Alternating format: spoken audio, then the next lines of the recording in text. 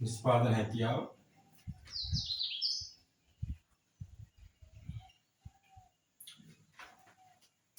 මේ නිෂ්පාදන රටක නිෂ්පාදන හැකියාව අපි කොන සාධක ප්‍රමාණයයි ඵලදායකතාවයට බලපාන කරුණුයි අදාළ වෙනවා කියන්නේ මේක උපරිම ප්‍රමාණයක සාක්ෂාත් කරගෙන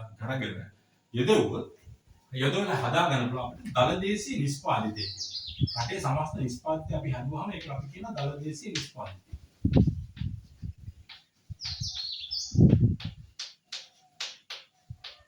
දලදේශීය නිෂ්පාදිතය. දේශීය වශයෙන් අපි කොච්චරක් නිෂ්පාදනය කරනවද? right? දලදේශීය නිෂ්පාදිතය. මේ නිෂ්පාදනය කියන්නේ උපරිම දාගන්න. right? එතකොට මේ දලදේශීය නිෂ්පාදිතයට දායකත්වය දක්වන්නේ රජය සහ පුද්ගලික අංශය. රජයේ ධන පෞද්ගලික අංශය දෙකම තමයි ඔය දලදේශීය නිෂ්පාදිතය නිර්මාණය කරන කටයුතු. මොකද අපි ඉස්සෙල්ලා කතා කරන්නේ රටක රජයක් ව්‍යාපාර කරනවා. රජයේ නොමිලේ දේවල් ලබන හැම එකක්ම දලදේශීය නිෂ්පාදිතය ඇතුළත් කරනවා. right? එතකොට පෞද්ගලික අංශය කරන ව්‍යාපාර වාහන සේවා සම්පාදනය කරන මේ ඔක්කොම දලදේශීය නිෂ්පාදිත තමයි. ඒතකොට මේක අපි මේ දලදේශීය නිෂ්පාදිතය ගණනය කරන්නේ මහ බැංකුව වාර්තාවේ තමයි දලදේශීය නිෂ්පාදිතය ක්‍රම කීප තුනකට ගණනය කරනවා. නිෂ්පාදිත ක්‍රම, වියදම් ක්‍රම, ආදායම් ක්‍රම කියලා ක්‍රම වලට ගණනය කරනවා. දැන් මම මෙතනදී ඔය නිෂ්පාදන හැකියාව ගැන කතා කරාම මම නිකන් අර අදහසක් දැනගන්න දෙන්න. මේක දලදේශීය නිෂ්පාදිතය කියලා අපිට සම්පූර්ණ නිෂ්පාදන හැකියාව ගත්තා රටක අපිට ගණනය කරන්න පුළුවන්. මේ නිෂ්පාදන ක්‍රමය නිෂ්පාදිත ක්‍රමය හරහා නිෂ්පාදන හැකියාව ගැන කතා කරනකොට මම අදහසක් මෙතනදී කතා කරනවා.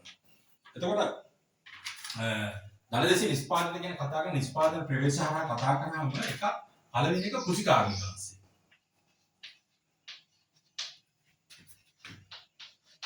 කෘෂිකාර්මික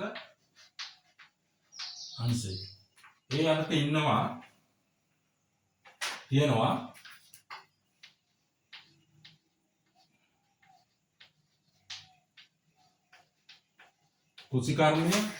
කෘෂිකාර්මික කියන්නේ සියලුම ධාන්‍ය වර්ග සහ එළවලු භෝග වගාව ඊට පස්සේ සත්ත්ව පාලනය කුකුල් පාලනය හරක් පාලනය හා වනාන්තර නිෂ්පාදනය.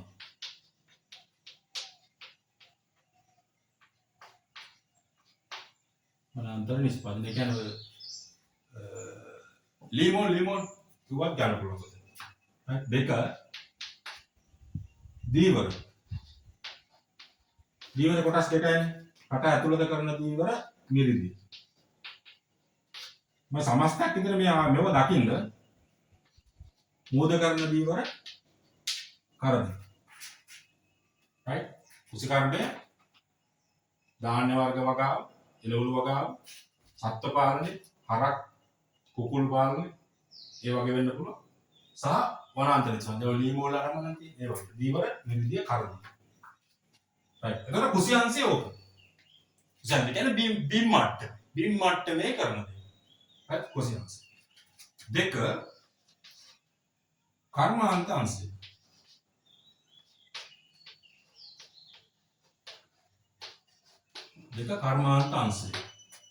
කර්මාන්ත අංශයේ පළවෙනි එක තමයි පතල් හා කැණීම් කටයුතු.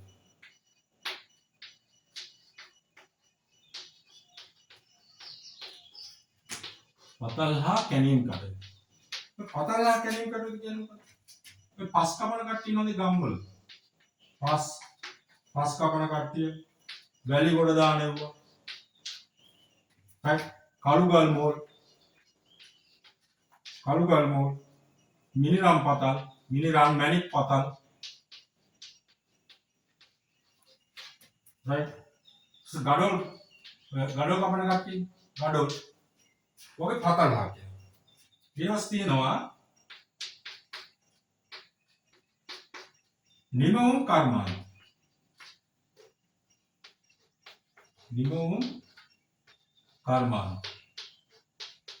නිෂ්පාදන ව්‍යාපාර කිරිපිටි නිෂ්පාදනය කරනවා. බිස්කට් කොම්පැනි තුන පහ නිෂ්පාදනය කරනවා. right? හાર્ඩ්වෙයාර් බඩු ඒ වගේ ඔය නිෂ්පාදන ව්‍යාපාර. ඇගලුම් නිෂ්පාදන පහ විදුලිය ගෑස් ගලය.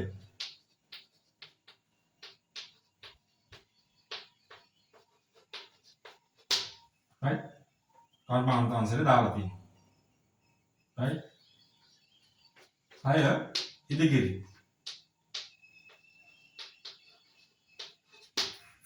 ඉදිකිරි. රජයේ ඉදිකිරීම තියෙනවා, පුජ්‍යලකාංශයේ ඉදිකිරීම තියෙනවා. රජයේ ඉදිකිරීම යටිදල පහසුකම් සම්පාදනය. right මහා මාර්ග, දුම්රිය මාර්ග, ඒ වගේ දේවල්. පුජ්‍යලකාංශයේ ඉදිකිරීම යාලගේ ව්‍යාපාර ගොඩනැගිලි වෙන්න පුළුවන්.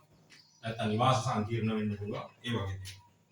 ඊට පස්සේ ඉන්න තුන්වෙනි අංශය සේවා අංශය. ඔයාලට මතකද අපි ආර්ථික පරිණාමය කියන කොටසදී ඉගෙන ගත්ත අර යුග ගල් යුගයේ, ලේර යුගයේ, කුසිකාර්මික යුගයේ. ඒ කුසිකාර්මික යුගයේදී නේද මම කිය වෙළඳපොළ නිර්මාණය වෙන්නේ කුසිකාර්මික යුගයේදී. කාර්මික විප්ලවයත් එක්ක තොගේ නිර්මාණය වෙලා වෙළඳපොළ නිර්මාණය. අන්න ඒක තමයි මහ බැංකුව විසින් මේ කුසිකාර්මික අංශයේ ඉඳලා විතරක් ඔය ගණනය කිරීම වලට කතා කරන්නේ. ගණනය කිරීම කරන්න. සත්ව පාලනයත් ඒක ඇතුළට දාගෙන තියෙනවා. right සේවාංශය. සේවාංශයේ ඉන්නවා ඔය අපිට නගම කියන කට්ටියනේ සිල්ලර වෙනනම්. සිල්ලර වෙනනම් තමයි සුපර් මාකට් වලත් තියෙන සිල්ලර වෙනනම්. ගමේ ගොඩේ ඉන්න පොඩි සිල්ලර මුදාලි කෙනෙක් කරන්නේ සිල්ලර වෙනනම්. සුපර් මාකට් එකේ තියෙන සිල්ලර වෙනනම්. ඒතර රෙදි කඩ. මේ ඔක්කොම සිල්ලර වෙනනම්. තුක සහ සිල්ලර වෙනනම්. තුක හා සිල්ලර වෙනනම්. තොගේට දෙන්නේ නැතුව කැලි වුණා ඒක සිල්ලර වෙනනම්. තොග වෙනනම් කරන කට්ටිය ඉන්නවා. කවුරුද නේ තොග වල කඩවල ගෙන් කියේ. ඒක හෝටල් හා අවන්න. හෝටල් හා අවන්න. මේ සේවා. හරි? සියලුම හෝටල්. සයිවර් කඩේ ඉඳලා ගමේ තේ කඩේ ඉඳලා මේගොල්ලෝ සේවාවක් තමයි සපයන්නේ. right? නමය ප්‍රවාහන සංනිවේදනය. ප්‍රවාහන හා සංනිවේදනය. මේ සේවා. ප්‍රවාහනේ සංනිවේදනය අපි කතා කරන්නේ කලින්. බැංකු රක්ෂණ.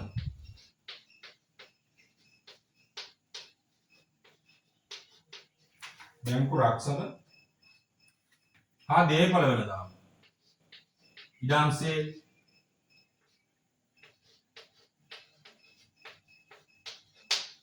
තොර නිවාස සංකීර්ණ හදලා නිවාසයේ පුරන ෆ්ලැට් වල නිවාස හදලා කොටස් විදිහට පුරන කට්ටිය.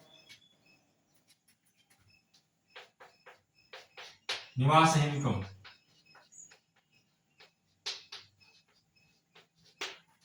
right राज्य सेवा.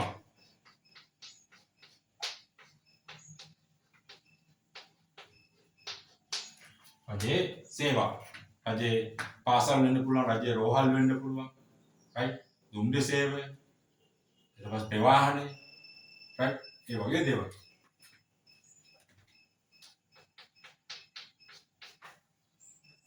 පෞද්ගලික සේවා.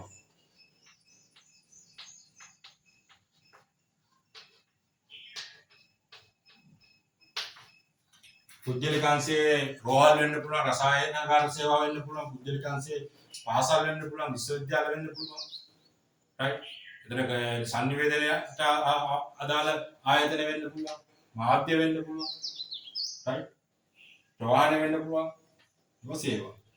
right එතකොට මේ දැන් අපි කොහොමද නිෂ්පාදන හැකියාවක් තියෙන රටක නිෂ්පාදනය හැදිලා තියෙන විදිය. right මේ විදිය. කුසිකාර්මික අංශයක් තියෙනවා, බිම් මට්ටමේ කර්මාන්තාංශයක් තියෙනවා, ව්‍යාපාර ශේෂ්ත්‍ර වැඩ කරන මිනිස්සු, සේවා අංශයක් තියෙනවා. හරි මේ විදිහට. එතකොට දැන් මට උතනින් දැන් ඔය රජයේ සහ පුද්ගලික අංශය දෙකොල්ලම මේක තුල වැඩ කටයුතු කරනවානේ. හරි එතකොට මට උතනින් දැන් ඊළඟට අදහසක් කියන්න ඕනේ. දැන් මෙව ගණනය කරන්නේ මේව ගණනය කරන්නේ දත්තා තොරතුරු මත පදනම් වෙලානේ. දත්තා තොරතුරු. මහ බැංකුවල මේවට දත්තා තොරතුරු. ඒතකොට දත්තා තොරතුරු එක ජනගහනය සම්බන්ධයෙන් ජනහා සංචාලනය දෙපාර්තමේන්තුවෙන් ගන්නවා. රජයේ ව්‍යාපාරවල වියදම් සම්බන්ධයෙන් මහා භාණ්ඩාගාරේ මුදල් අමාත්‍යාංශයෙන් ගන්න පුළුවන්. රජයේ බැංකුවල සම්බන්ධයෙන් මහා බැංකුවෙන් ගන්න පුළුවන්. ඒතර ව්‍යාපාර ශිෂ්ටයේ ආදායම් බදු ගෙවුවාම මේගොල්ලෝ එළගේ ගිණුම් වාර්තා ඉදිරිපත් කරන නෙවර තොරතුරු ඕන නම් අපිට ගන්න පුළුවන් ආදායම් බදු දෙපාර්තමේන්තුවේ. හරි. ඒ වගේ ආයතනික මට්ටමින් අරගෙන තමයි මේ තොරතුරු හදලා තියෙන්නේ. තොරතුරු ආයතනික මට්ටමේ අරගෙන තමයි ඔය දලදේශීය නිෂ්පාදිතය කියන එක ගණනය කරලා මහ බැංකු වාර්තාව ඉදිරිපත් කරන්නේ. දැන් එක උදාහරණයක් කියන්න. දැන් දඹුල්ල එළවලු මධ්‍ය ආර්ථික මධ්‍යස්ථානයේ තියෙන නෝරෙලිය තියෙනවා තඹුත්තේකම. ඒතොර ගිරෝල් ඊට පස්සේ මැනින් වෙලඳපොළ right ඒ විදිහට තියෙනවා. හරි. එතකොට මෙව් වගේ ඒ ආර්ථික මධ්‍යස්ථාන එකතු වෙන තොග එළවලු තොග පිළිබඳව වාර්තා දත්ත වාර්තා ඒ ආර්ථික මධ්‍යස්ථාන තුලින් මොන මහ බැංකුවට ගන්න. හැබැයි දැන් එහෙම නැත්තම් දැන් ඔයා හිතන්නකෝ දැන් ඔය එළවලු තොගේ වගා කරන කට්ටිය මේ මධ්‍යස්ථාන හරහා විකුණුවාට පස්සේ ගෙනල්ල පාරක් අයිනේ එළවලු මැස්සක් දානවා. එයාගේ විකුණන දෛනික ආදායම සහ එළවලු තොගේ වටිනාකම් මහ බැංකු වාර්තාවට යනවාද කියන තැන ප්‍රශ්න තියෙනවා. ඒකයි මම ආයතනික රාමුව තුල ගන්න වූ දත්ත තොරතුරු මත පදනම් වෙලා විතරයි අපිට දලදේශීය නිෂ්පාදිතය කියන එක ගණනය කරන්න පුළුවන්. right අනිත් එක තව එකක් තියෙනවා ඔය ගෙවල් ඉන්න ගෘහණීන් වැඩිහිටියෝ ගෙදරට දෙන අර ස්වයං නිෂ්පාදන තියෙන ගෙවල් වල තියෙන ගෙදරට දරන ශ්‍රමය ගෙවතු වගා කරොත් මේ වගේ දේවල් දලදේශීය නිෂ්පාදිතය ගණනය කිරීම වලදී මහ බැංකු වාර්තාව තුළට යන්නේ නැති